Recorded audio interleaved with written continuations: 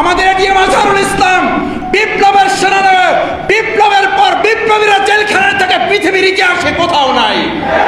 আদালতের যুগান্তকারী রায়ে জামিন পেলেন এটিএম আজহারুল ইসলাম।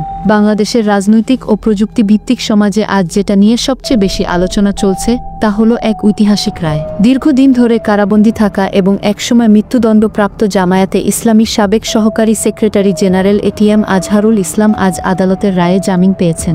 এই ঘটনাকে অনেকেই বলছেন নতুন বাংলাদেশের ন্যায় বিচারের সূচনা। তথ্য প্রযুক্তির এই দ্রুত গতির যুগে আদালতের এই রায় যেন এক প্রকার ডিজিটাল জাস্টিস মাইলস্টোন। ছাত্রদের গণ অভ্যুত্থান এবং স্বৈরাচার বিরোধী প্রবল আন্দোলনের পর দেশ থেকে বিদায় নিয়েছে স্বৈর শাসনের কালো ছায়া। ঠিক তখনই এই রায় যেন প্রযুক্তি নির্ভর সমাজে গতি আনে ন্যায় বিচারের পথে। একটা সময় ছিল যখন ফেসবুক, টুইটার সহ সামাজিক মাধ্যমগুলোতে প্রশ্ন উঠেছিল, এটিএম আজহারুল ইসলামের বিচার কি রাজনৈতিক প্রতিহিংসার শিকার? বিচার প্রক্রিয়ায় ডিজিটাল প্রমাণের ব্যবহার কতটুকু নির্ভুল ছিল?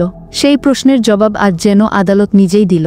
আজকের এই রায় প্রযুক্তিপ্রেমী তরুণ সমাজকে দেখিয়ে দিল যে ন্যায় বিচার অর্জন এখন আর শুধু আদালতের দেয়ালে সীমাবদ্ধ নয়, এটা এখন এক ধরনের ডিজিটাল বিজয়।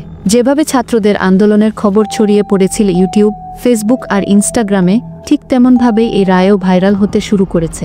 বিশেষজ্ঞরা বলছেন দেশের ভবিষ্যৎ প্রযুক্তি নির্ভর বিচার ব্যবস্থার দিকেই এগোচ্ছে। আজহারুল ইসলামের মামলা নিয়ে যেসব তথ্য, ভিডিও, সাক্ষ্য ডিজিটাল আকারে সংরক্ষিত ছিল তার সঠিক বিশ্লেষণই আদালতের এই রায়ে গুরুত্বপূর্ণ ভূমিকা রেখেছে। আসলে প্রযুক্তির যুগে সত্যকে চাপা দিয়ে রাখা যায় না, আর এই রায় তার বড় উদাহরণ।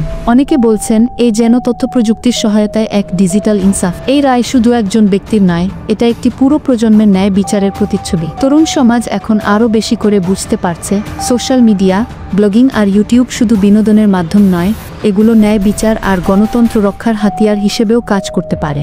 সুতরাং আজহারুল ইসলামের এই জামিন শুধুই একটি মামলার মোড় ঘোরানো নয়, এটা একটি নতুন যাত্রার শুরু, যেখানে প্রযুক্তি, ন্যায় বিচার এবং গণ আন্দোলন একসাথে এগিয়ে যাচ্ছে একটি ডিজিটাল, স্বচ্ছ ও মুক্ত বাংলাদেশের দিকে।